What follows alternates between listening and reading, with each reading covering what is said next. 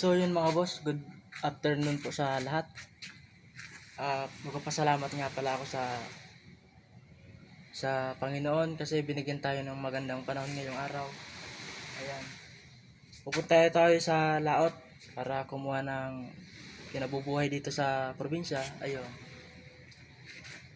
So mamaya na lang papakita ko sa inyo kung pwede na bang ibenta yun.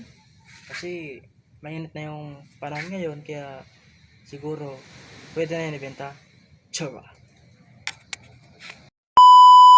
So yun mga boss, ayan, nandito na ako sa pinag-iimbaka namin ng Kulapo. Ayun. So ipapakita ko sa inyo yung handang-handa ng ibenta mamaya, yung nakasako na. Dadalhin namin dun mamaya sa nagbibili. Papakita ko sa inyo, dalawa pa lang nasako yung nasasako namin, pero meron pa, kaso di pa masyadong yung tawag doon, nabilad sa araw. Yun, kaya dalawa muna yung sinako namin.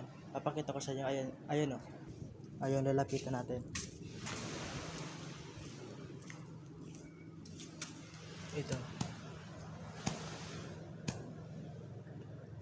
Mamaya ibibenta natin to mamaya. Ayun.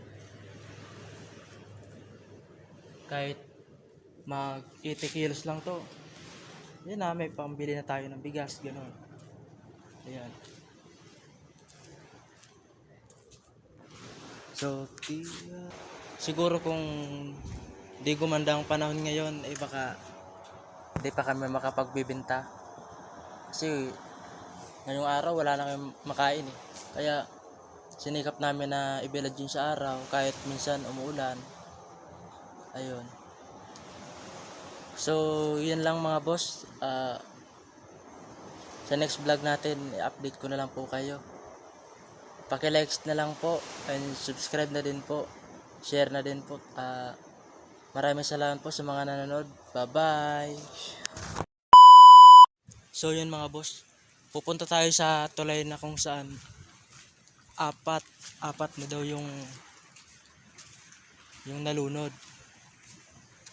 Kaya siguro paggabi may aswang ata dyan.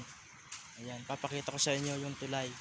Kaso binago na, kaya medyo hindi na yung dating tulay na maliit, yung aapakan mo. Ayan siya oh. Ayan. Kung makikita mo boss, ayan yung tulay, ito yung tulay na nahulugan nung aking pinsan. Tapos nakita na lang dun sa pangpang na yon. Itong para nang dinagsana yung sa gilid. Nakita na lang siya nakalutang-lutang dun sa gilid. Ayun. Hindi namin alam kung may pumatay ba o nalaglag lang talaga siya. Kasi gabi na nun eh, naghanap lang daw siya ng gulaman. Ayun, di na nakauwi. Di malang hinanap ng magulang. Ayan. Yung tulay na yan oh.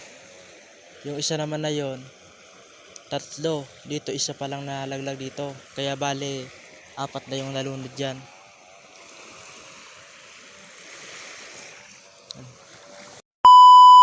Kaya siguro pag gabi, miski ako natatakot akong pumunta dyan kasi baka multuin ako eh.